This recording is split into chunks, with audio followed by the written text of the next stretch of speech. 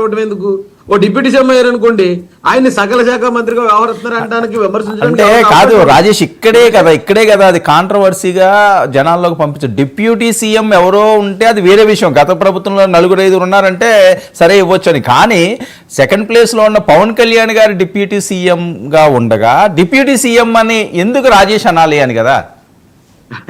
అయితే చాలా మంది అనేది సెకండ్ ప్లేస్ లో పవన్ కళ్యాణ్ గారు ఉన్నారు కదా అని అంటున్నారండి. అయితే సెకండ్ ప్లేస్ అనేది పవన్ కళ్యాణ్ గారికి ఎప్పటికీ రాదు.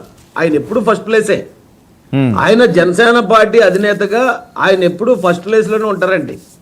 ఇక తెలుగుదేశం పార్టీలో సెకండ్ ప్లేస్ అనేది అది చంద్రబాబు నాయుడు గారి తర్వాత అది లోకేష్ గారే. ఇక మరొక నాయకుడు లేడండి మాకు తెలుగుదేశం పార్టీలో.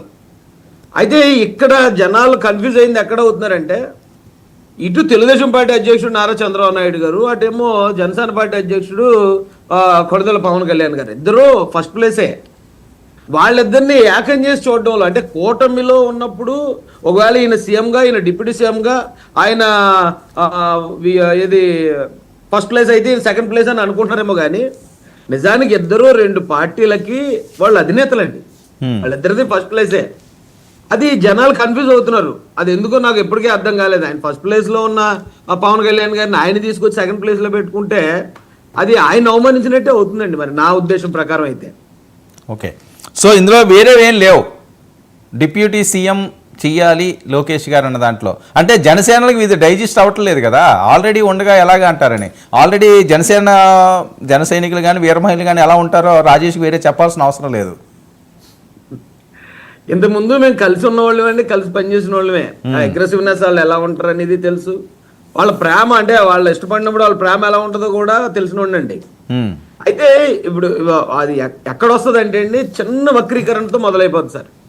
ఇప్పుడు నేను అన్నది, నేను ముందు అంటే ఈ వీడియో పెట్టకముందు, డిప్యూటీ సీఎం అనే వీడియో పెట్టకముందు 2 రోజుల ముందే ఇదే కరెక్ట్ సమయం అండి లోకేష్ గారిని సీఎంగా అనౌన్స్ చేయడానికి. ఎందుకంటే మనకి 135 సీట్లు ఉన్నాయి, తిరుగులేని మెజారిటీ ఉంది.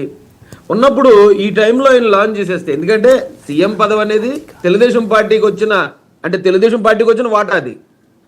ఈ పార్టీలో ఎవరు సీఎంగా ఉన్నా ఇతర ఏదైతే మిత్రపక్షాలు ఉన్నాయో యాక్సెప్ట్ చేసి తీరుతాయి.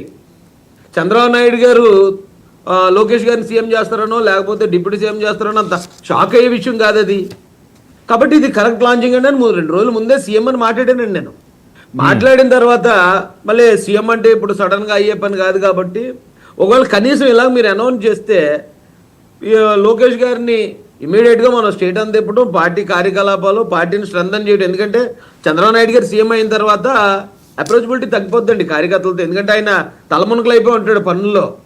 ఆ టైంలో లోకేష్ గారికి ఏమో ఇప్పుడు మళ్ళీ కొన్ని శాఖల బాధ్యతలు ఇచ్చేశారు. ఆయనేమో ఆ స్కూల్స్కి తిరగటం, లేకపోతే ఇన్వెస్టర్స్ని కలవటం, ఈ పనుల్లో ఆయన ఉన్నాడు. ఇప్పుడు అలా కాదు కదండి, ఇది పార్టీని కూడా మనం క్షేత్రస్థాయిలో స్ట్రెంథన్ చేయాల్సిన సమయం, రాజకీయాలు కూడా చేయాల్సిన పరిస్థితి. ఎందుకంటే మనం ఇతర పార్టీలు చూస్తున్నాం. మీరు ఇది మొదలు పెట్టక ముందే మీరు మాట్లాడుతున్న టాపిక్ విన్నాను నేను. నరేంద్ర మోడీ గారికి ఏం తక్కువ అండి? ఆయన 3 సార్లు ఆయన ఏకఛత్రాధిపత్యంగా మొత్తం అఖండ భారతాన్ని వెళ్ళిన వ్యక్తి ఈ రోజున ఇక్కడ చిరంజీవి గారిని, పవన్ కళ్యాణ్ గారిని, లేకపోతే మరొక రాష్ట్రంలో ఇంకెవరున్నారు, ఇదంతా ఆయన ఎందుకు చేస్తున్నాడండి? అది పార్టీని ఫ్యూచర్లో కూడా అంత స్ట్రాంగ్గా నిలబెట్టాలంటే ఆయా ప్రాంతాల్లో ఎవరు సమర్థులైన నాయకులు ఉన్నారు, ఎవరు తీసుకెళ్ళగలుగుతారనే ఆలోచనే కదా. అంటే తెలుగుదేశం పార్టీలో ఉందండి. తెలుగుదేశం